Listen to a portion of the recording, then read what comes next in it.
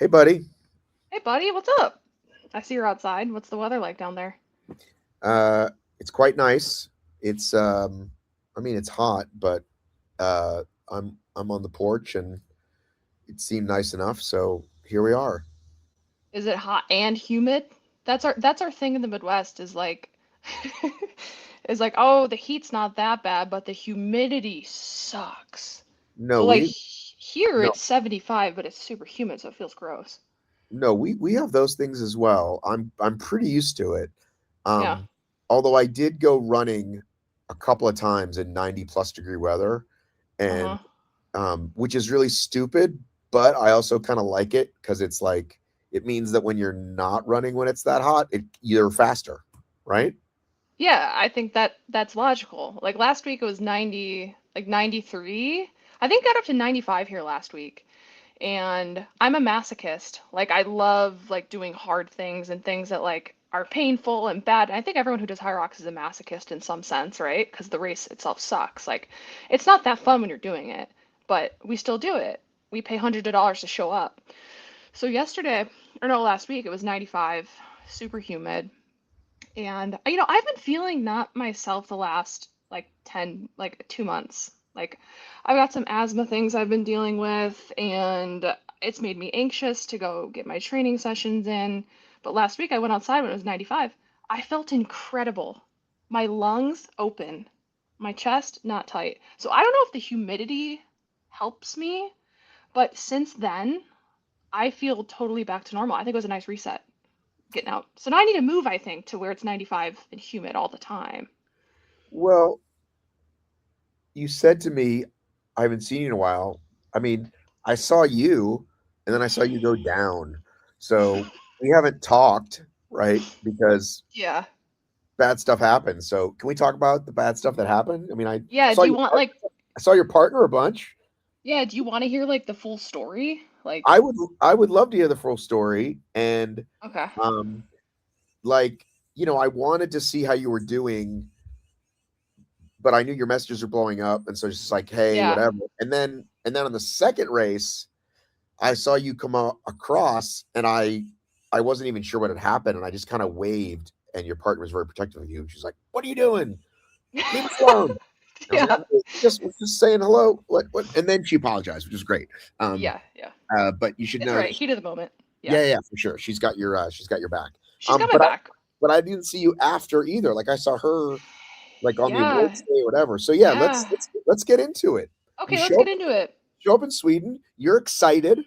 Yes. So I'm excited. I am, but I also had a little bit of trepidation going into their first race, which was singles on Thursday.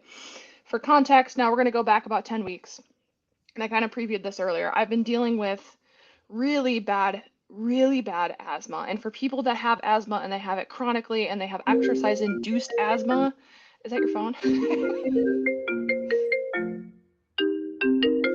Uh, I am extremely important. Let me tell this person I'm on a call. Yeah, that's fine. I'll pause the story. Hey, on a call. I can call you in a bit. Um, I'm a journalist. News breaks all the time. You know what I It mean? does, I get it.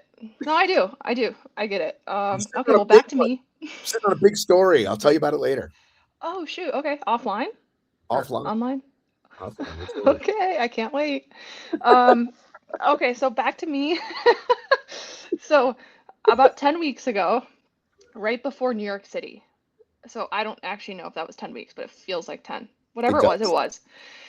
I have been dealing with really bad asthma. I've had asthma since I was 4 years old. I've been hospitalized with it before. I have exercise-induced asthma, which makes it really hard as a professional athlete. I put that in quotes because I still work full time. Um, as a professional athlete, to get my training in while navigating the flare-ups that I deal with my asthma. And it ebbs and flows. Like certain years and certain months are fine, and certain years and certain months are not fine. So in April, I was dealing with a really bad flare up where I would take my asthma medication and nothing would help me. I would do my training sessions. I couldn't breathe. I wouldn't be able to finish most of my sessions, and I was just stumped. I was upset. I couldn't get any consistent training in. There was a period of time where I had 1 month where I didn't do a single workout. I would jog and I would bike, but like I couldn't push myself. So obviously, like I was nervous leading into the biggest race of my life, really, because this is the first time I've been in the Elite 15 for singles, that I wasn't going to be at 100%. So, and of course, throughout this, I'm going to doctors, I'm seeing specialists, but and it takes 5 months to get into a pulmonologist. So I have an appointment, but it's not till the fall. So like my primary care can only do so much, right? Like they're gonna tell me to take another puff of your inhaler, see if that works, whatever. Like, and I'm getting all fired up about it because it's something I deal with constantly. So it's frustrating. So leading into Worlds, I was excited, To but interrupt you really quickly, so yeah. you and I have chatted a fair amount at Hmm. races, like, and I don't think this has ever come up once. Like, I don't think it's No, been a problem. no, and that's the thing is 95% of the time it's well controlled. It really is. I've had it for 2.5 decades. 25 years I've been dealing with it. I take a lot of medications on a daily basis for it to, not be a thing. And for some reason, it popped up, like starting in the spring in April. And you try and dissect every little decision that you make to go, oh, is it because I did this? Is it because I moved? Is it because I changed job? Is it stress that's causing this to happen? Like, I don't know. So really inopportune timing, but it's something I've dealt with for a while. I just don't broadcast it because it typically doesn't affect me. For some reason, it affected me this whole spring. Leading into Worlds, I'm excited because it's an opportunity that I've never had before. Like I said, never been in the Elite 15 for singles. Great opportunity, awesome to showcase. There's going to be people that are watching, sponsors, like stuff is now elevated. Back when I joined High Rocks in 2019, no one knew what it was. No one cares if you can run a 60-minute as a woman or a 90-minute. Like, who cares? It's ambiguous. Now people care. Now there's eyes on it. So I'm in Sweden. I'm excited, but I'm nervous. And that was my whole thought process the entire time I was in Stockholm was I'm happy I'm here, but I know I'm not going to be at 100% because every time I run, I can't take a deep breath. I can't breathe in appropriately. And when you can't breathe, you can't race. You can't race effectively, right? You're not getting oxygen to your extremities. Like you're starting to hyperventilate because you can't, take a deep breath in your chest. So I start that race. So now singles day, Thursday, I warm up and as I've been dealing with this exacerbation, I've had to take longer and longer with my warm-ups. So typically, like in a normal race, I'll warm up for like 20 minutes. Like I'm not a big warmer upper. Like I jog a little bit and then I do some lunges, I do some skiing, and then I'm like, all right, I'm good. But Do you do your A and B skips? I do A skips, What not about B for some what, reason. what about scoops? Scoops? Yeah, occasionally. If it's a special race, I'll do scoops. I Um, just when I'm in the warm up zone, I sometimes have that thought. I watch people, and I thought if an mhm. alien landed, and it was like, what are these people? What are they doing to their body? What are they preparing for? Right? Yeah. Like you don't do any of those movements like in the race, like No. like I do. For me, absolutely. Like I like swing your legs way out, like get the hips kind of going, but like you don't Mhm. actually. That's not a movement a human does, but you do it Mhm. to like. Anyway, go Yeah. ahead. Sorry. Wait, that's actually really funny. Yeah, Alien would be like, what the hell Right, has happened? Like, what is happening on this planet? right. Why are these people moving in weird ways? Like, Right. That it's doesn't just like they're not traveling. They're not traveling in a way that makes sense. Like it yeah, doesn't it's not faster. Like if you watch right. somebody doing A and B steps. Right, right. They'd be, what's the purpose? What are we getting out of this? Yeah, Right. what's the goal? I think there's a potential comedy video coming with this, but go ahead. Okay, I love it. So I'm warming up. I warm up longer. I'm doing like a 20-minute run now. I'm doing breathing exercises. Like I have this subset of like 3 exercises I do to kind of like expand my chest. I don't know if it works, but in my mind, it's gonna work that day. I'm like, it has to work. If it doesn't work, then I'm screwed. So we start tunnel. We're all sitting there. They walk you out to the finish, and then they call your name, and you kind of run around the stadium. That was the coolest thing that's ever. That's like a core memory for me now. Like that's gonna be top 5 memories is calling your name, running down the stage, running around the track. You see like what looked like thousands of people in the seats. Like it was packed for singles. And they're just yelling your name and cheering you on. And like people I've never seen before in my life are rooting for you. And I'm like, this sport is so global. And it was so cool to see it on a stage where people are watching. That was awesome. So like I really took that in, like at my little jog to the start line. And I was the first person called too, because I was 15th. Because you're the So worst. because I was the worst. Yeah, and I really was on that day. Nonetheless, so we I just took in that moment and I started like tearing up. And I'm like a very emotional person. I'll cry over like anything, and I don't care. I'm not ashamed to say it. Like I am. I'm emotional. I'll cry. Who cares? Everyone should cry more. So we get in the start tunnel. They do the little F1 thing, and then we go. And I'm like, oh my gosh, this is so fast. Like everybody just sprints. And as I'm going, I'm like, holy cow, I can't keep up with anybody. And typically in a high rocks, my strength is the running. I come from a running background, and the way that I run a high rocks is I'll capitalize on my running. So I'm serviceable. What I tell people, I'm serviceable at the stations and I'm a good runner. And I think that's kind of blanket across the board. I'm not the best at the ski, I'm not the best at the sleds, I'm not the best at burpees, but I'm middle of the pack and then I can run fast. So even on that first run, I'm like, I can't keep up with these ladies. And I understand these are the best 15 athletes in the world, right? You know, there's not going to be someone just like dragging behind because they can't keep up. They all run under 60 minutes. Like they're fast.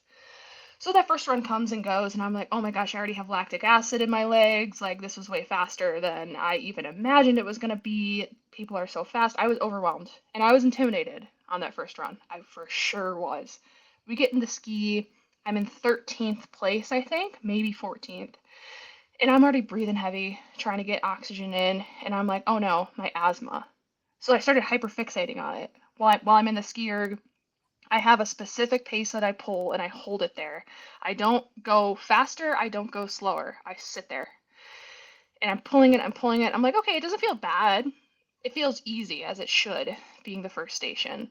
So I'm sitting there and I see these women just whizzing by me in like my periphery. I'm like, oh my gosh, I still have 100 meters left. How are they done? So I get off the ski in like 14th. So I probably drop a place. And I'm like, oh my gosh, I can't catch up to them because my typical, right, the way I run a race is serviceable at the stations, catch up to everybody on the runs. Not at World Championships, not when you're racing 15 of the best athletes. So that second run comes, and I'm like, okay, I see Calypso. I saw Calypso. She wasn't that far ahead of me. And I was like, okay, just catch up to her. Just catch up to that group, and then you'll be fine. I couldn't. I couldn't. It didn't matter how much energy I put into that run, how much I pumped my arms. They were pulling away from me. And I was like, they're already pulling away from me. This is brutal. This is brutal. It's a slap in the face. Going into the sleds, I was anxious still. I couldn't control my breathing. I couldn't really breathe through it. At this point, I was kind of like, not hyperventilating, but panicky to the point where I was really just throat breathing, is how I describe it, where it's just up here and you're not kind of like expanding your chest. So I got through the sleds. I was still in 14th, didn't make up any ground. In fact, I lost ground. Go to the third run, I feel miserable. I'm not getting any air in. I feel like even when I'm trying to like open up my chest and like stretch my back, like nothing is coming in my chest. So we get to the sled pull, and at this point I knew my race was over. Like I knew if I would have tried to keep going, I would have had to walk. That's how bad I was. That's how bad I couldn't get any oxygen anywhere. So I was lactic acidic in my legs and my arms. I'm like, what is happening? I can't get oxygen anywhere, it felt like. So I finished the sled pull, and on that last length, I knew I was gonna have to drop out. I was hyperventilating. And I'm like, I can't breathe. I need to stop, finish the sled. I told somebody, hey, I need to be done. I need to be done. And I think they didn't know that I wanted to drop out. I think they were a little bit confused. They were like, okay, you're done. Like, you can go. And I'm like, no. I'm like, I'm done. Like, I was like, done. I don't know how to signify to you that I'm done. Like, I'm done. And I like just dropped to the ground, try to catch my breath for like a minute. I needed like a minute just to like try and catch my breath. And they walked me over to the medical tent. They ended up taking me to the medical tent to get checked out. And I was trying to communicate with them that I needed my albuterol, my inhaler. And I guess I didn't have albuterol. So they asked me, where is mine? And I'm like, it's in the locker room. It's not here. I need to go get it. but they want to do escort me there in case I like passed out or Right, something. right. So I did the walk of shame basically back to the locker room. I was inconsolable, just like I can bawling imagine. my eyes I can out. imagine.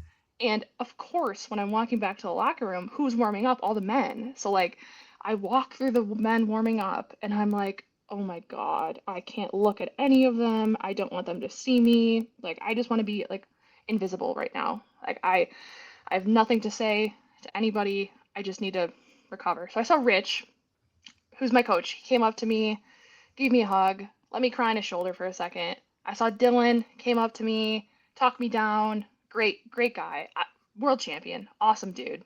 I saw Cole came up to me, let me cry on his shoulder. Like they were so it's what I needed. It's not what I knew I needed. I didn't know that I needed it, but I needed it. I needed somebody to like calm me down, tell me it's okay, tell me to take care of myself. So we get to the locker room. I get my inhaler finally. I'm not really sure if it's doing anything. At this point, I'm like anxiety attacking and I'm hyperventilating and I'm like, oh my God, like what happened? And then my phone's blowing up, right? Everyone's like, because people are watching. This is live streamed. They're like, what happened? Oh my gosh, are you hurt? People thought I was hurt. And my partner, Kat, of course, too, was like, well, first off, are you good? Like, are you good? Like, what's up? And I wasn't hurt. Like physically, I wasn't hurt. It was an asthma thing for me. I think I and I told her I'm fine. I'm fine. Like I'll be okay for tomorrow. I need a second to recover. So that day ended. Um, I I kind of got over it like mentally as quickly as I could, I guess, because I knew I needed to come back and race the next day. What was the rest of the night? Did you watch the women's race? Did you watch the men's race? Mm-mm. No, I didn't watch the women's. I didn't watch the men's. I met up with my agents, and we got dinner together. We didn't talk about High Rocks. Like, I mean, of course, they asked me like, what do I need? Like, do you need to go back to your apartment or your hotel? Like, do you need food? Like, what do you need? We're here for you. So, we just got dinner together and like just talked about anything but High Rocks because that's what I told them. I just didn't want to talk about High Rocks. I didn't want to go on Instagram. I didn't want to have my phone on me, and like of course, I wanted to also tell people I was okay. So like I'm texting my family and everyone else, and I'm like, yeah, I'm good, I'm good, I'm good. I'll tell you about it later. I couldn't talk about it right now. So kind of like disconnected after that night. Just like had dinner, went back to my hotel. Were I you saw were you curious who won the men's or the women's? Did you even like no, I was didn't curious. care at all? No, I was curious. I was. So I went on, I didn't go on Instagram, but I went on like the results, High Rocks results just to see. And I saw Dylan. I saw Dylan had won. And I know. I freaked out. I started crying. I'm like, nobody understands his journey here, right? Like people who have gotten into it recently see him in the last few years, like 2023, 4, 5, 6 maybe, but he's been in it forever. Dylan and I were in the virtual championships of fitness back in 2020, that online world championship. He was in it. I was in it. Like he's an OG of the sport. And like just to see him come I lost from I lost my shit, dude. I lost I my was shit. freaking If out. he won, period, it would have been nice. The way he did it, and I've told the story a Hmm. hundred times and I don't care, is so I'm down there, we're outside, and we can't even see the wall balls. I did not love the setup there. They had this giant wall for you guys. Hmm. We're looking up at the screen, which is a million miles up, and he comes in at 6. Then at one point, I see the numbers go up because we're already in our heads like, oh, who's on the podium? And it's like, oh wait, Dylan might make the podium. Hmm. And the way the numbers were going, it was like, oh my God, oh my God, oh my God. And then he Hmm. comes across and we all just lost our minds. And I was Yeah. already like, the way I've explained it is it was compounded even more because I was so happy for Alyssa, right? Because I've got Hmm. Alyssa and it's a Hmm. USA double win. And so all of that combined was like the best moment ever in High Rocks to date for me was Dylan fucking Yeah. crossing the finish line. Yeah, I was ecstatic. Like when I saw that he had won on like the High Rocks results site, did go back and watch the men's race because I saw it was so close. I was like, man, they were really close. Like, how did this turn out?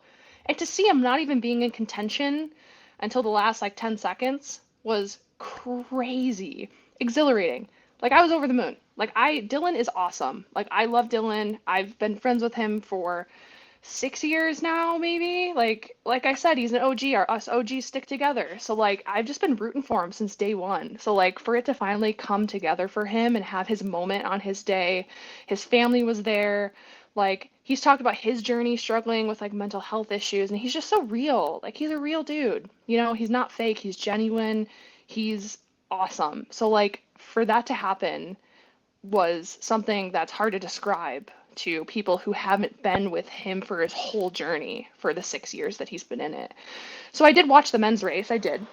I didn't watch the women. I still haven't rewatched. I don't want to. It's like a mental thing. I just don't want to see them talk about anybody. I don't know. I don't know what they say. I don't know what happens. I'm never gonna watch it. I never will. Well, look, can we say never? Never? Maybe not never. Maybe in like a few years, but like not anytime soon. Okay. I know I won't. You could start whenever you do go by like starting like maybe 30 minutes in where you're already out. Yeah, And then, yeah. See, I would do that. Yeah, I would do like a halfway point or something and watch the rest of it. But yeah, Team USA. USA did fantastic. Alyssa obviously took the W. I thought she was gonna win, honestly. Like I had her as number one in my head. I could see that happening, considering she was so close to Lauren and Joanna at that last major. And she's such a newbie to the sport. I figure, hey, she's got the newbie gains to make up still. Like, why not at World Championships? So I had her pegged for number one. So like that was pretty cool because I was like, I was right. And also she's Team USA.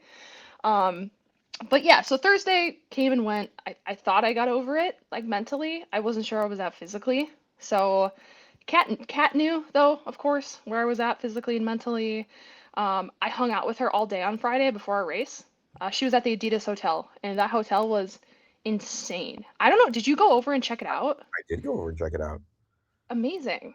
Like they cared so much about their athletes that week. Incredible. Like second to none treatment. I got some free food from Adidas, so thanks.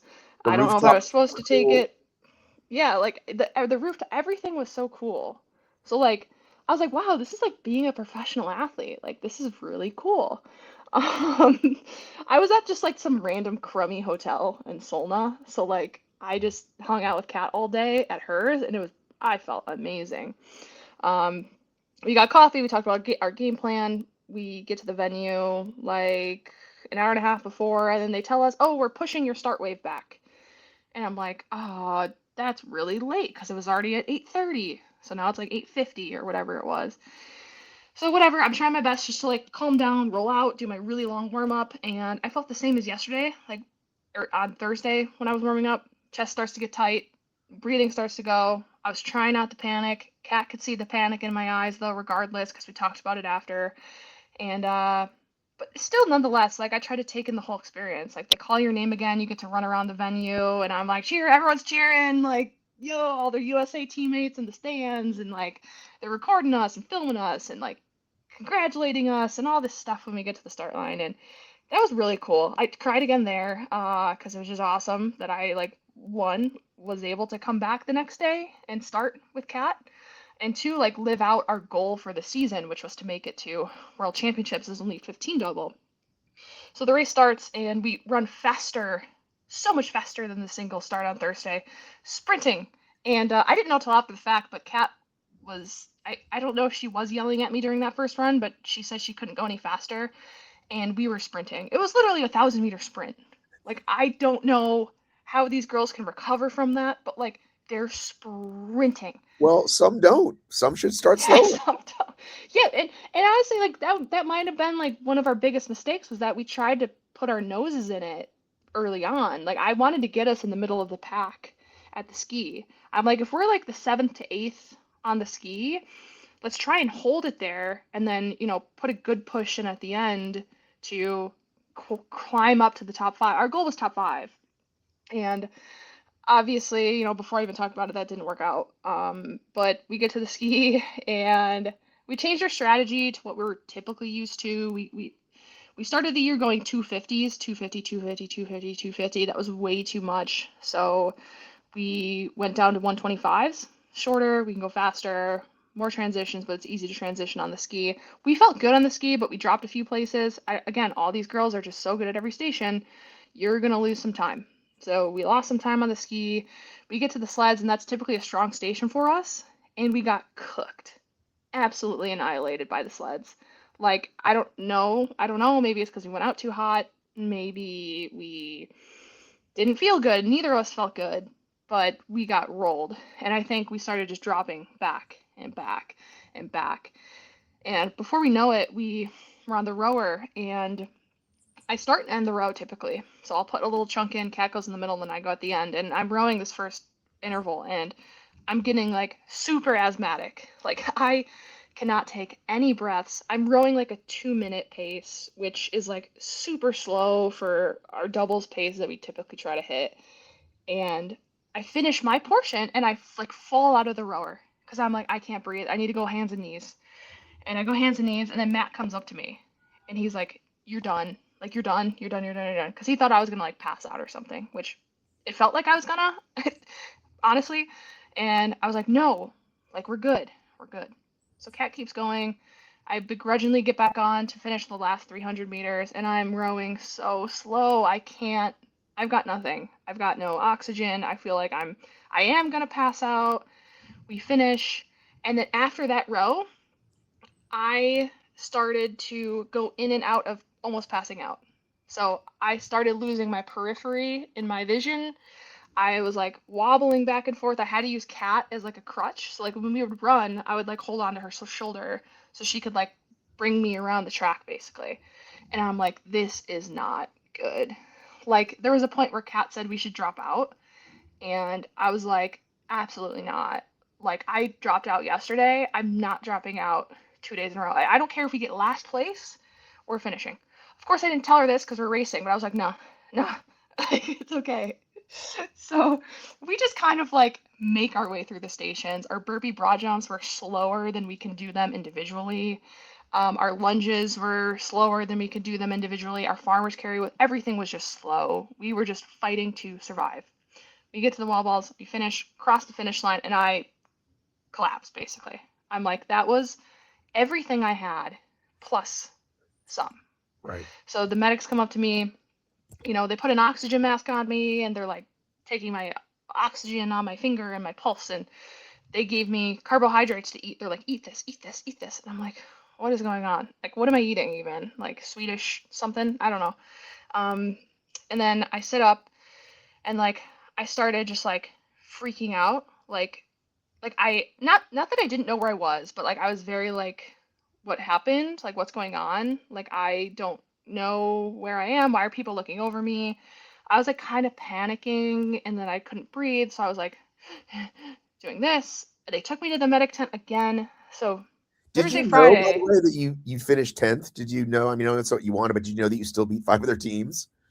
I didn't know that until like the day after. Like because I didn't even tell you what happened at night after. Like it got worse.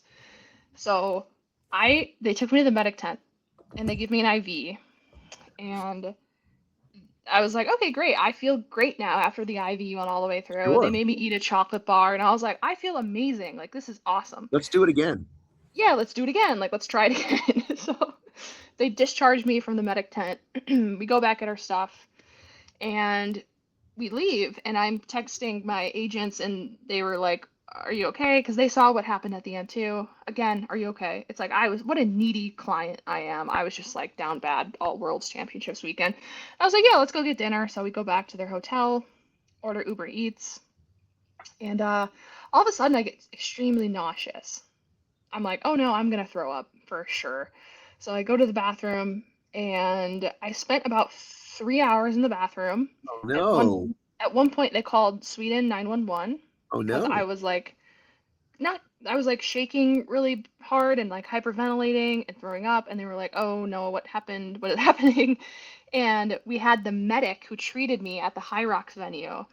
He happened to be staying at that same hotel. So he came into the bathroom and gave me some Swedish medicine to take in like a bottle. It was like an orange bottle, and I drank it, and I felt immediately better. I don't know what that medication was. I don't know if I'll ever know, but it was really good. Like I felt totally fine after that. So yeah, I got sick for like 3 solid hours, couldn't stand up. I had to like go on all fours, couldn't move really, I couldn't talk, I was like hyperventilating. I don't know what was happening. Don't know what happened with my body. I overdid it to the point where it started to become unsafe and my body was reacting to it. But got that medicine, went back to my hotel, slept it off, slept it off, and I had 1 day left in my Swedish trip because I flew back on that Sunday and I did nothing with that day. I was exhausted. I recorded a podcast. Kat and I recorded a podcast, but I was miserable even throughout that podcast recording. I was like, I'm so tired. I feel horrible, like the worst I've ever felt in years. And I just tried to get through the day. So, like, in general, the whole experience was just, I felt bad. I performed bad. I needed to sit with myself and figure out, like, my health is super important, obviously. So, like, I need to take care of this now. Like, what happened? Like, what's going on with my asthma? What's going on with my body? Like, reacting really poorly. Like, I don't know. So, have some doctor's appointments lined up back in Milwaukee. Took a few, took care of a few last week, but still searching for answers. I feel a lot better. Like, I posted something on Instagram yesterday where like I said last week, I went on a run when it was 95 and I felt great. My asthma went away literally in a day. It's like, it's gone. It's got to be 95 and humid for me to work out, I guess. But it's just, I don't know, it ebbs and flows. Like, this asthma journey is a tough journey to be on for people that haven't understand. Like, it's annoying. It's frustrating. It sucks to have had to deal with it during the most important race of my life, basically. Right. So I guess that brings us here. I'm getting better every day. I'm getting back into structured training. So I started training again yesterday, like formally. Trying to just get my fitness back and like prove to myself again that I belong with the top 15 ladies in the world. It's going to be a long journey to get back there though. Like, I'm not in the top 15. I'm not in the top 30. I'm like in the top 50. So like I got to race consistently. I got to race well in the fall. So I have to just get myself ready and healthy to have a healthy fall season. So you're not going on the cruise ship. Well, here's the thing. Originally when it first came out, I thought I had a wedding that weekend, and I'm the maid of honor in the wedding.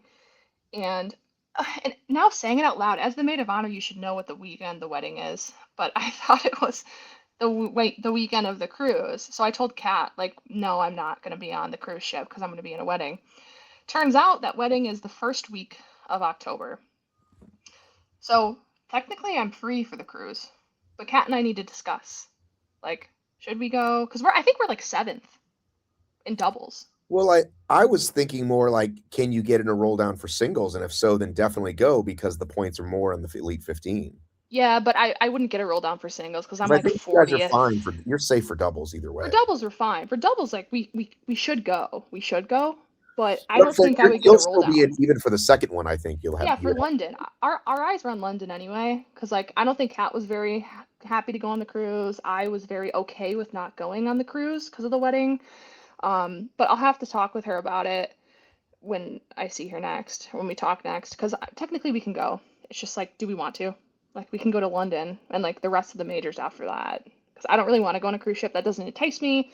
I don't want to spend so much time flying to Spain and then getting on the cruise ship and sitting on the cruise ship and then having to stay on the cruise ship and then like going back inland and right, and it's a time trial. It's not even a race. it's not even a race, right? So it's like, would we even get our best time because we're not racing with anybody? Probably not. And they're on a cruise ship. It's like there's some logistical quandaries with it It where doesn't it's seem like a like, great move.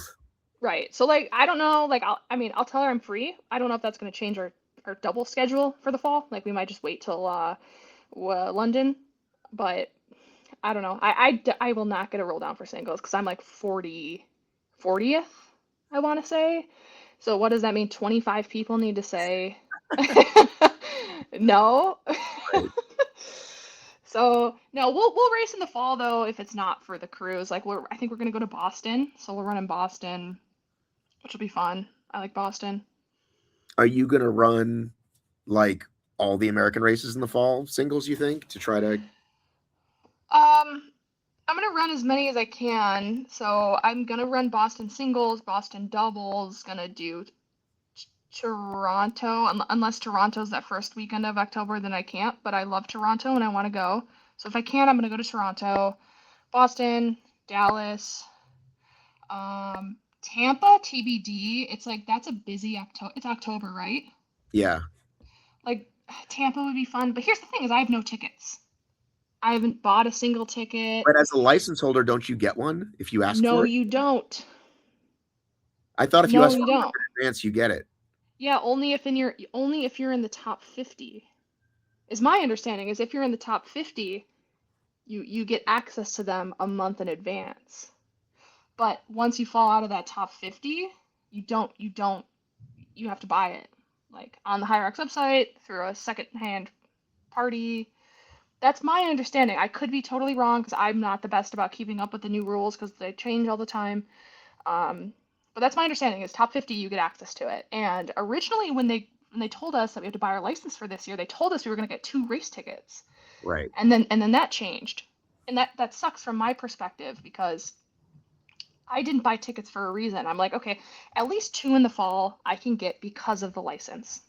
Like two is a great starting point for me. I have 4 races. I need to get one more good one to like potentially be in the top 15 because we need 5 Why don't they just to send have you a points. code? I I guess you got to ask them. I have no idea. Like Like if they I can't do it through the system they wanted through tax or whatever, then fine. yeah, Just here's your 2 free codes. right. No, not sure. And like we just blindly oblige, right? It's like, oh, okay. I mean, at least I do. I blindly oblige. It's like, all right, that sucks. Like I'm mad. But like, will I do anything about it? Like, no. Like it is what it is.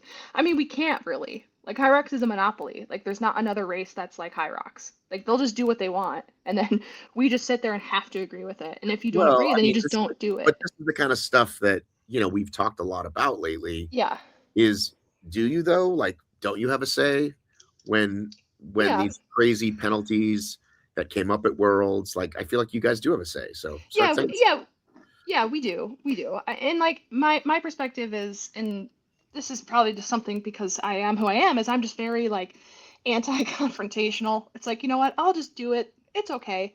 I always end up, at the end of the day, I'm like, it's all right. That's okay. I'll be sad for a second, but like, it's all right. No big deal. I'll show up to a race. I'll buy a secondhand ticket if I have to. If I'm in the top 50, I'll get access to them. So like, fingers crossed, I can stay in the top 50. See, I thought having a license period meant you had one because at the end of the day, there's Hmm. still enough that you guys could get in all the races. There's no way, let's say there's 300 license holders. There's no way they Yeah. all show up to the same races. So it seems Right. like just Right. having a license period. And then if there's way too many of you, then yes, now we can only give it to the top 50. But like, if you're in Mm-hmm. 51, we're not going to give it to you because the other top 50 are in it. But it seems like, again, the whole point of keeping you guys in the sport would be to as long as you ask for it in advance, you can't ask it the night before. As long as you ask Yeah. for it a month in advance, you get in. That's what I would Yeah. think. Well, and I think that makes sense. And in the month in advance thing, I learned that firsthand last year or last season because I was asking for a New York ticket because last year is different where if you were in the top 30, you got 6 free race tickets.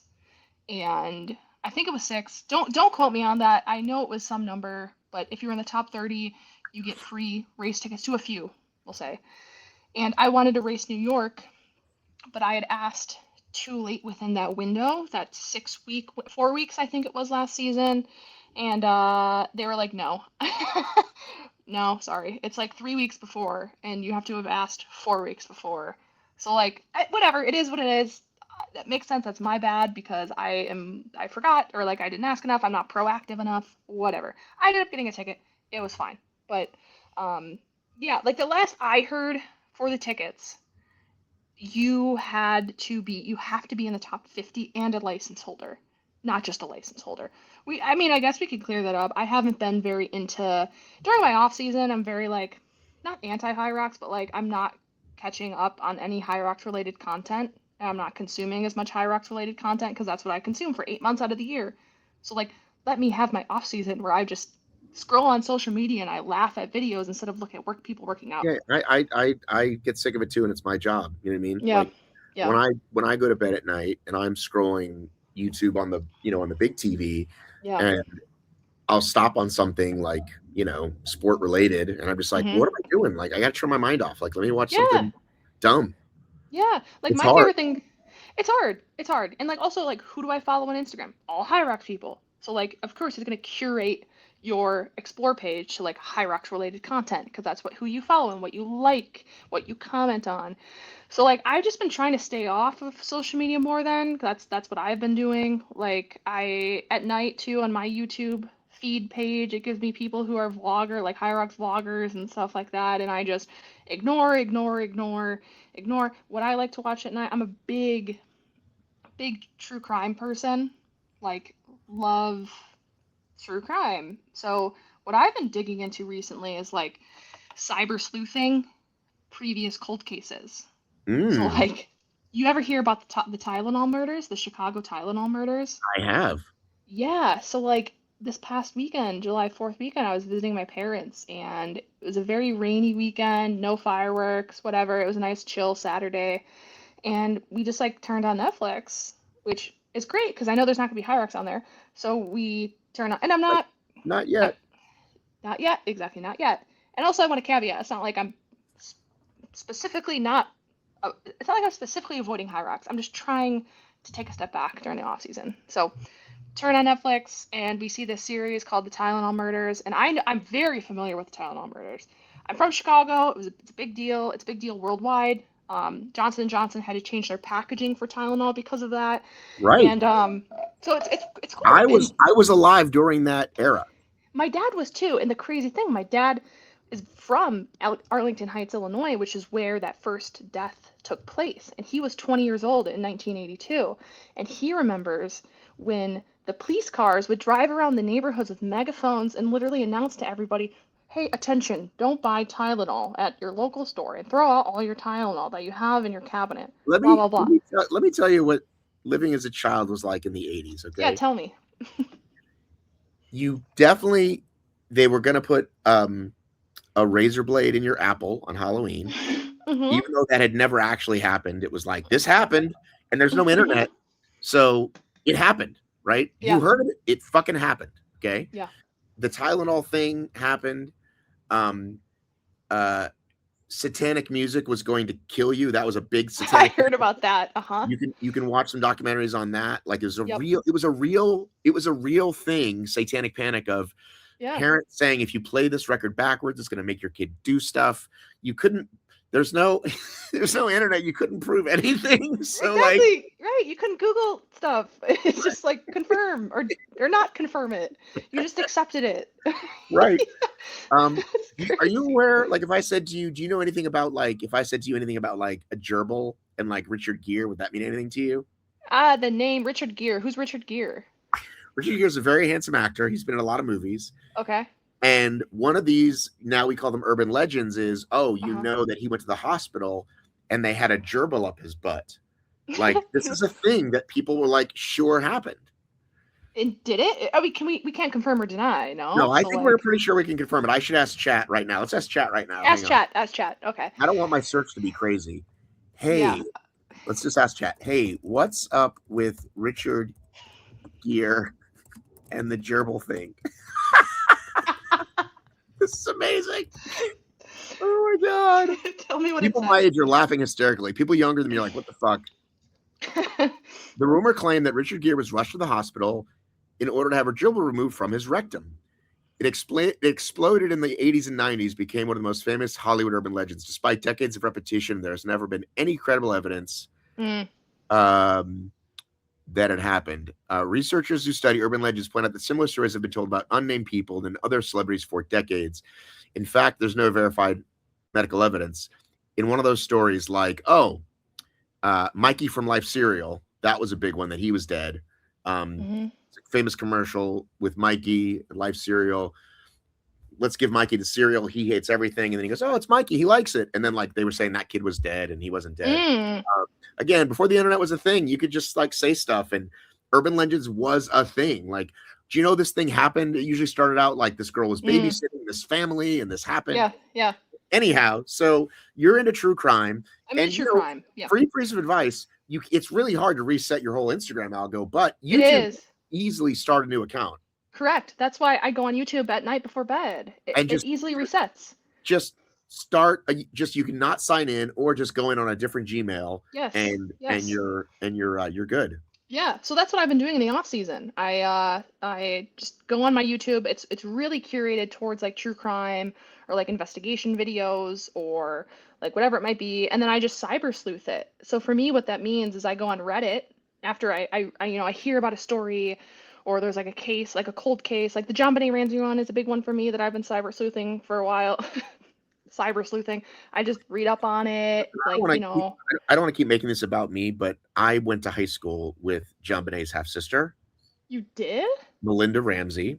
She was a Okay. cheerleader, Uh-huh. and when it first broke, it was like a local story, and it was like, oh my god, did you hear what happened? Yeah. She's not been in like any of the, I don't know which side, like which the mom or the dad, which she came from before the John Benet, like before John Benet was born, but like her name's almost never mentioned. I So was gonna she's say it's typically the brother. It's the right, brother that's mentioned a right. lot, yeah, but not her. So yeah, and then like this became one of the most famous stories of that whole time period. And still What is unsolved. what's your verdict on that one? Let's discuss. I honestly, I think I hate to say it. I hate to say it. I think the brother or the mother. I think the brother or the mother did something. Not sure if it's intentional or That's what I was non-intentional going to that ask next. Is like, do that you think it was one killed of her. those? I don't know. I don't know. And like I don't have a full stance either direction, but I think it has to be an internal killing as far as in the family. I think it's there's too many coincidences as far as like the ransom note was written on the paper within the family's home. That's BS. Like who's gonna come in and find their notebook paper and write a ransom note within their house and then kill the kid who had Right, just recently finished her meal because when they right, found her body it was like like barely digested or like not she had like just finished eating, right, like literally died. It's like someone was there who did it. Mother, brother, not sure, one of those two. Intentional, right, non-intentional, not sure, but it has to be internal. right. That's my stance on it. I don't think it was a random person who broke in. So I've seen the most recent one. What's the most recent one called? And it was pretty good. The most Oh, recent, On I think it was on Netflix? Netflix. I think I saw that too. But if there's one more recent from like a year ago, I think it was like a year ago that they came out with it. Maybe even longer. Um, let's see. December 25th, 1996 is when it happened. hmm Um, yeah, so if you look it up, like they were born in Atlanta, but then they moved to Colorado. Yeah, I Um, remember them telling that. um, hang on, let's see where it says, it says in what do you call it? In popular culture. There's a new miniseries coming Oh, really? with Melissa McCarthy as the mom. Holy moly. Oh my goodness, I'm gonna have to watch. Is it on? Okay, I gotta actually look this up now. Um, Um, John did you Benet. see, this one that really is good, and there was two made back to back, like they were made at the same time, about the suburban woman who, like, um, the husband had an affair with her, and then the woman came over and like killed her, and like probably accidentally, but then killed her. And I think it was called Candy. Oh my god, I it's so don't know if I've heard that one, okay, but hang on, like I'm here for the recommendations because like this is what occupies you my time have at to night. watch this because Okay, Jessica Biel plays her, and it's really fucking good. it's called Um, Candy. yes. Um, uh, Candy. Betty Gore is the woman's name. That's the real life thing. Okay. Oh, I see it. I see it. Okay. Hulu, Disney Plus. Yeah, Okay, I have watch it. Hulu. So Okay, watch good. that one. Watch Yeah, that I one, will. and then go down the rabbit hole and watch all the documentaries. But watch that one first. Yes. That because that's what I do is I first watch the documentary or something on YouTube and then I go to Reddit and I'm like, what are people saying? What do people think? Um, um, hang on a second. Oh wait, hang a second. This might not be the. There's another one. This might be another one that I saw that's even better than this one.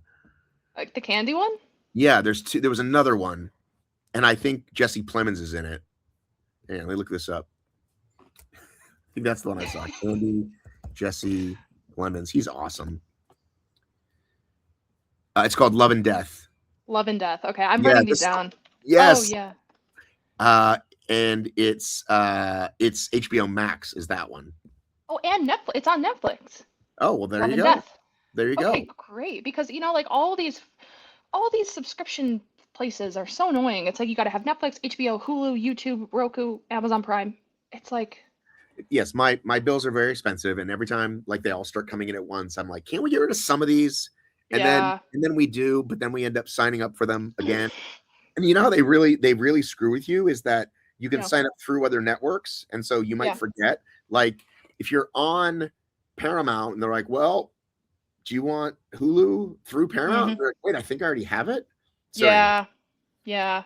It's just, yeah, I have too many. Actually, no, I only have one. I only have Netflix. That's it. that's it. Cause like, yeah, that's it. Cause like I share accounts with my parents still. That's okay. It's I'm okay. sure. Like we share passwords and stuff. Like it's Listen, listen, fine. listen. My kids, I'm sure, will never get off my damn phones or my. I mean, listen. It, I get a yeah. call or an email. Sorry, a call or a text from my children. Here are the Mhm. two things they ask for: Mhm. one, money; two, Mhm. passwords. That's it. That's it.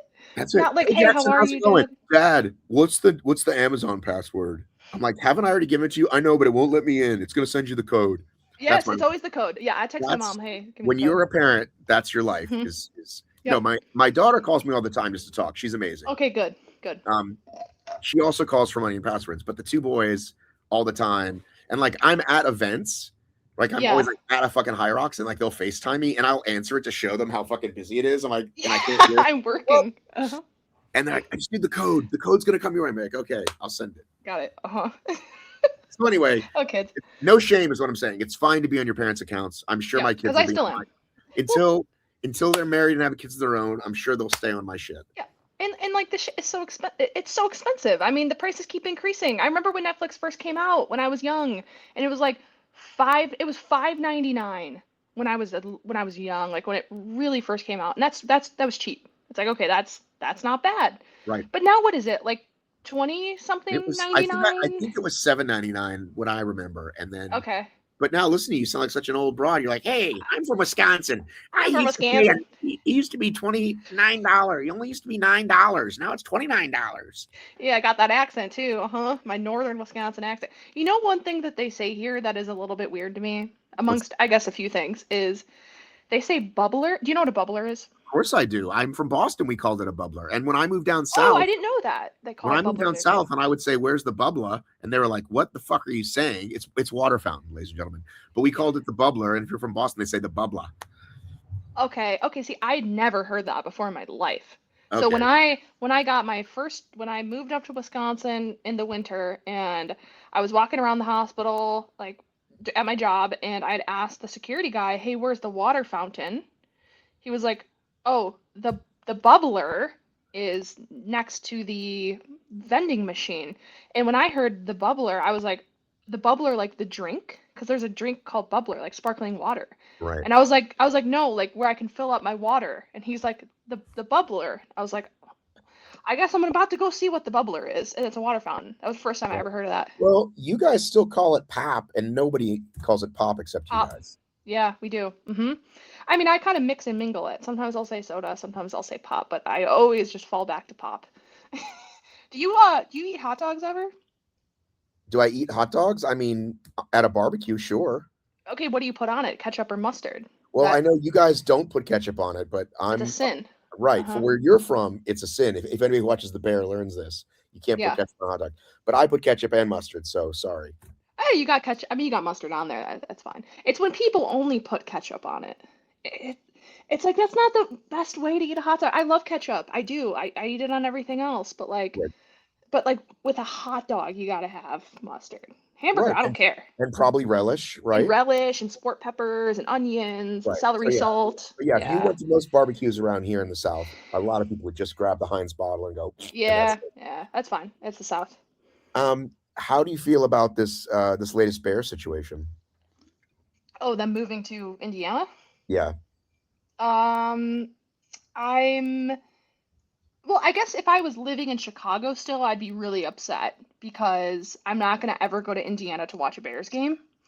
I think it also is kind of like a hindrance to the Chicago Bears reputation because it's one of the oldest NFL franchises that have been in Chicago for forever that we're deciding to move in 2026 or here's the thing, I don't know if it's ever going to happen, but we're potentially deciding to move to the state of Indiana, not even in Illinois, not even in Chicago. Sure, it's a suburb of Chicago, but it's not in Chicago proper.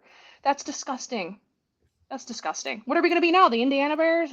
It's like, it's just bullshit. Like, here's the thing. I live in Wisconsin now, though. I'm not going to probably ever go, well, not ever, but less frequently will go to go see a Bears Well, game anymore just because I don't live there.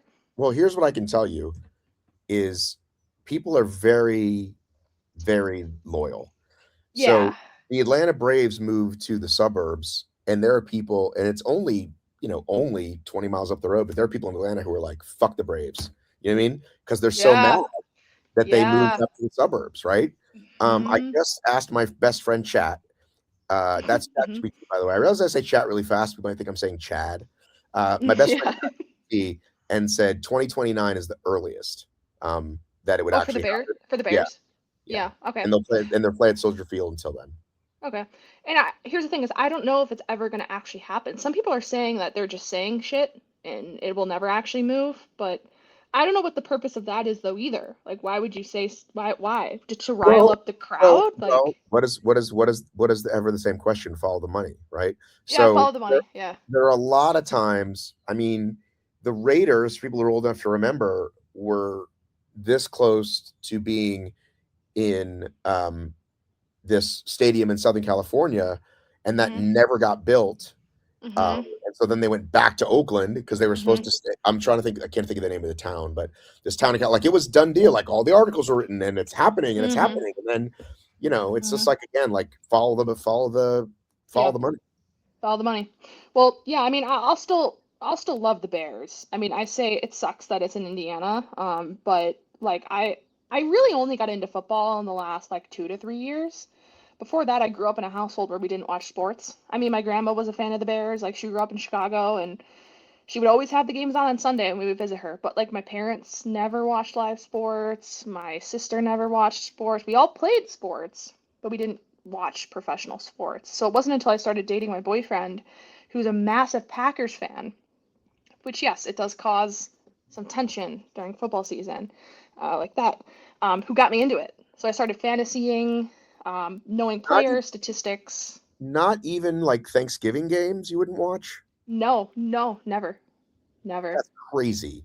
I know. Yep, not even for like the tradition, like the holiday tradition. We wouldn't even watch it. That's So like, crazy.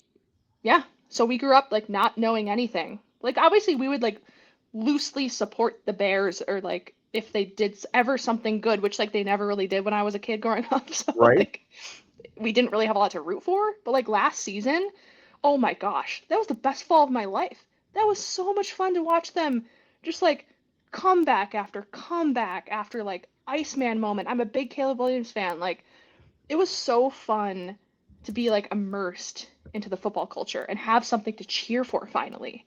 Like electric. I was in Chicago for the playoff game versus the LA Rams back in the fall. Had all my friends out. We were at a bar, just drinking, eating pizza, and there was so much to root for. We ended up losing that game, but it was an insane environment where everybody was on their feet the entire time. Like we would go down by like 14 and then come back within 3 and then like we took the lead and then the Rams came back. Like the Bears gave us something to root for last season. So like I just hope that they keep this momentum into this upcoming season because like I'm all about football now. Like now I've got like a countdown of like I know their full schedule. I know when they're playing at Soldier Field. I know when they're playing at Lambeau Field, so I can go watch like a Packers Bears game. Like it's fun. Yeah, Like pro football is the only sport I still follow. When I was a kid, I followed everything, and now it's the mhm. only thing I care about. And I don't watch preseason, and I don't even watch the draft. I don't care. Just when the Yeah. season starts, I'm all in. So who's your team? The Well, Falcons? so I live in Atlanta, so I root for my Falcons. I'm from Yeah. Boston, so I root for the Patriots. Yep. And when I was a kid, neither of those teams were good. And Mhm. obviously the Patriots went on a historic run, and the Mhm. Falcons are very, very inconsistent. A lot of 7-9 seasons, then they'll Yep. do half decent. So I Mhm. never have a ton of hope for how great they're going to do. Yeah. But I'm also just a fan of football. So Yeah, me too. I like watching like the end of the day highlights, or you know what I mean, like, oh, let's see what happens today, that kind of thing. Yeah, me too. I mean, I'll put a game on the TV even if the Packers or the Bears aren't playing. Because like my boyfriend's Packers, I'm Bears. Like I'll just watch any football game if right? it's on. You want to tell people who your boyfriend are, who I saw recently? His name's Justin. Justin. Dr. Justin Hill. Right? Didn't I see him recently? Did you? Were you I in? thought No, I saw your buddy recently. Sorry, not your Oh, boyfriend. Alex. Yeah, you always think he's my boyfriend. Right, but he's a gay, right? He's a gay. Yeah. He's a, he's like my best friend. He's like my I best know, but in friend. my mind, I put you guys together. Sorry, Because we're Alex. always together and we used Right. to I live in saw Alex Chicago in New York. together. I saw Alex in New York, Yeah. and he almost died. He almost died, but he was winning. Wasn't he winning the men's race? The heat that He he was was in winning at the men's least? race, and then um, I interviewed AJ Golick after, and we were like, "Hey, great job! You passed at the end." Blah blah blah. I didn't know that he literally like passed out at the wall balls, like a worse situation than you. Like he had a really rough time. Yeah. So He, have I met your boyfriend? I don't think so because he hasn't traveled to a lot of the high rocks with me because he's in residency. So he's a doctor and he's in his second year of residency. So like he works 80 hours a week and works on weekends and night shift and like he doesn't get time off. But if he does get time off, he has to request it like 6 months in advance.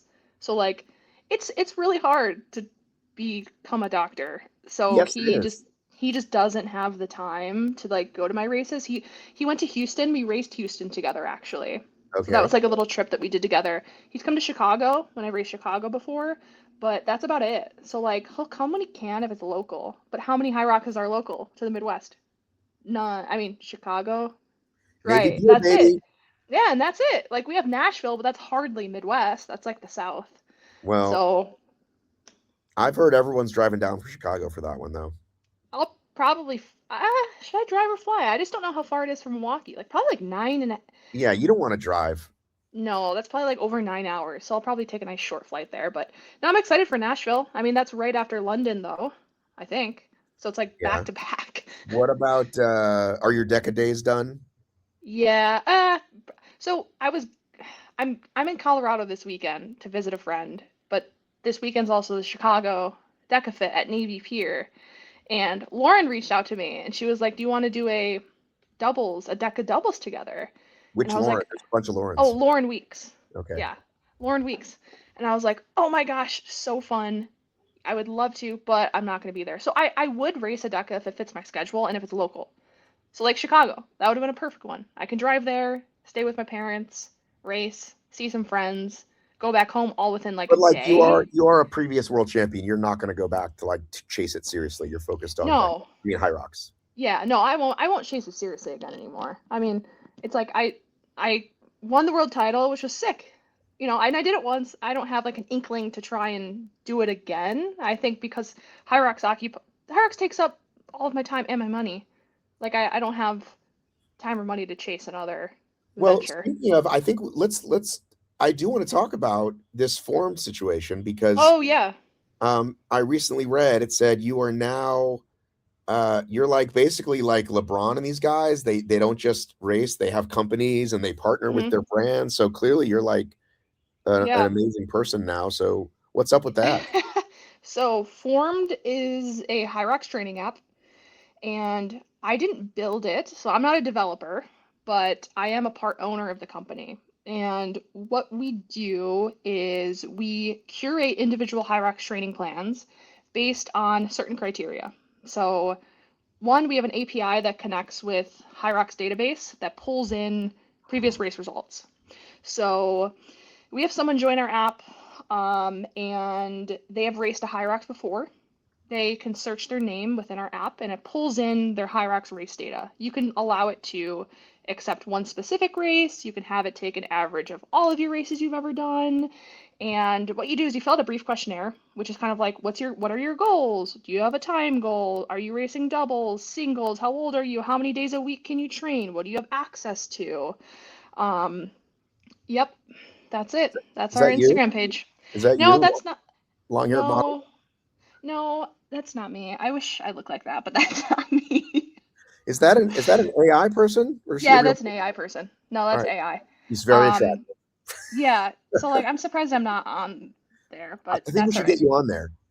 we have a photo of me doing People that. really like you, and people like attaching real, like, people are Morgan Schultz fans. Yeah, Let's get the AI yeah, out of it. right. And I've taken photos like of that specifically to use for that. So I'm surprised they haven't. I'll have to connect with Adam.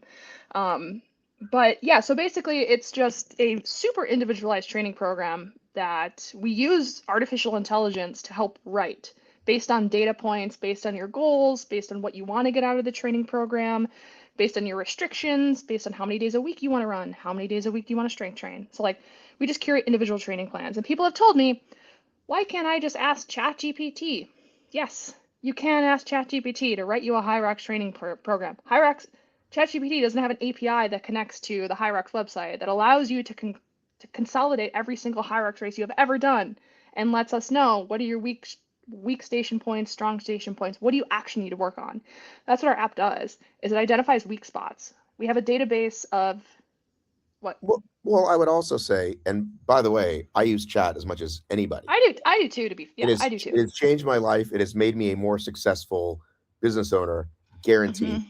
And my wife, right, who has a coaching business, and Hmm. it's improved my life in 100 ways. Hmm. Um, but uh, like, I could hire a plumber, or I could ask chat how to fix my toilet, and I could spend who knows how much. Like, Correct.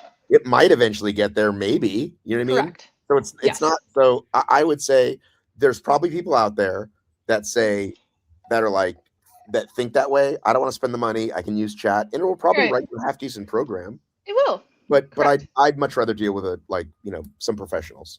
Exactly. And like we have built in like our infrastructure is as such where it has access to the data of every single person who's ever ran a high rock, so it knows what an average is for a burpee broad jump for your age range or for if you're an elite athlete.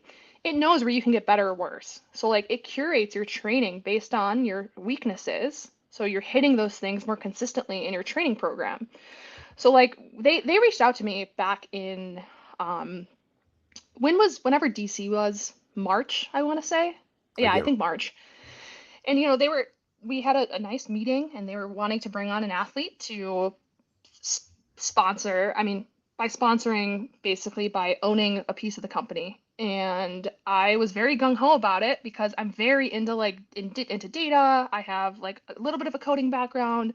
I understand where they're wanting to take this, what it looked like. I'm able to give them my feedback, and they're making those changes based on what I am, what advice I'm giving them, which is really cool. Like I used to be a part of a startup company when I was living in Chicago, and it's cool when you're kind of at the grassroots of something to like watch it grow and flourish. So I felt like I was joining this team at the perfect time where it was like it's three guys, one of them's a developer, one of them's a marketing guy, one of them's a sales guy, and then I'm the athlete. So like it's like a quad of like four individuals that like really want to work on this project to help give easily accessible training programs to people based on their unique circumstances. And so it's 19.99 a month. However, we're coming out with a free version.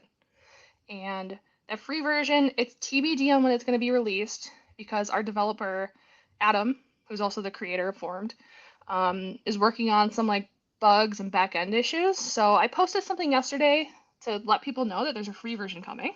So okay, if the 19.99 is a barrier for people, we do also have a free version coming out, which will just give you limited access to stuff. Like you won't have the ability to talk to chat within the app because we also have a chat feature that says, "Hey chat, I don't have access to a sled push today. What can I do to right. supplement my 3 by 50 meter heavy sled push?" So like you won't have access to that. You'll have a log of my favorite workouts in the free version. So like we'll input some of my favorite, craziest, weirdest, funnest workouts into the free version too. So it's been a cool journey being part of the team. It's cool that Hierarch has brought me to a position where I can help create a company, kind of. I just never knew that opportunity would exist. And now here we are 6 years later, like I've said, and like I say, like I've been in the sport forever. It's cool to see it Didn't you do grow. OCR before too? Don't I know you from I OCR? did. Yeah, 2019 I did OCR. I got seventh place. My claim to fame is seventh place at the North American Spartan Championships in West Virginia. Congratulations. Yeah, that's my claim to OCR fame. And then I stopped to do High Rocks because then High Rocks blew up. Or it didn't blow up, but High Rocks was a thing in 2020. And lastly, before I go, you launched a podcast, you and Kat. Tell folks about that. Yeah, so Kat and I have been discussing doing a podcast for a while. We did our first race together in Texas last year, and we had this very just like down to earth, open and honest conversation with each other about life outside of High Rocks. And after we had talked for like 2 hours while we were just chilling in a room, we were like, man, we should have recorded this conversation. That was so fun just to chat and like shoot the shit, for lack of a better word, with you. And so it was in the back of our head that we wanted to kind of release something to the public. And it wasn't until the springtime, I want to say probably about April, May, that we said, let's make this happen.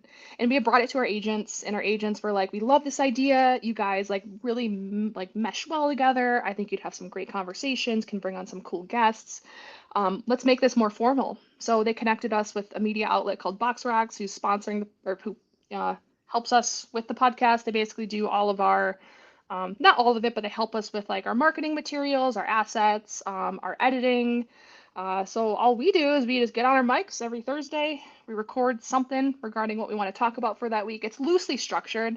So our goal with it is to obviously talk about High Rocks and like our training and our journey and like our goals, but like we just want to talk about random real life stuff too. How we integrate like our real lives with our training, how our work is looking like now because we both transitioned out of corporate America to do something different. So like, what is that journey like? How can other people do that journey or kind of follow the similar footsteps that they want to take that leap?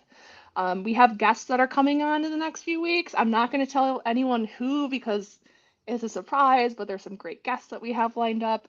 And I think our goal is just real, open, honest conversations about High Rocks and life outside of High Rocks as an elite athlete. So, launched it officially. Episode 2 is out now. Launched yesterday, and we'll be releasing every Monday morning, approximately 6:30 a.m. Central Standard Time. And what's it called? It's called Off Track with Kat and Morgan. Pulling it up now because I don't think I subscribe yet. Yeah, go ahead, subscribe. And there you go. There's 2 episodes on now. Morgan and Kat on High Rocks Worlds, and the one that came out a day ago, the High Rocks license costs how much? Great name. So yeah, go check them out. Yeah, check us out. I like both of you, so I will give it a listen. Let's go! Another listener. Thanks for joining the journey. Hey man, I tell people all the time, we all start at zero listeners, 0 followers, and then you just fucking then you just grow. Then you just go. You just go. You go and you grow. I love it. All right, I have to bounce. It's 12 o'clock here. Peace. Thanks for having me.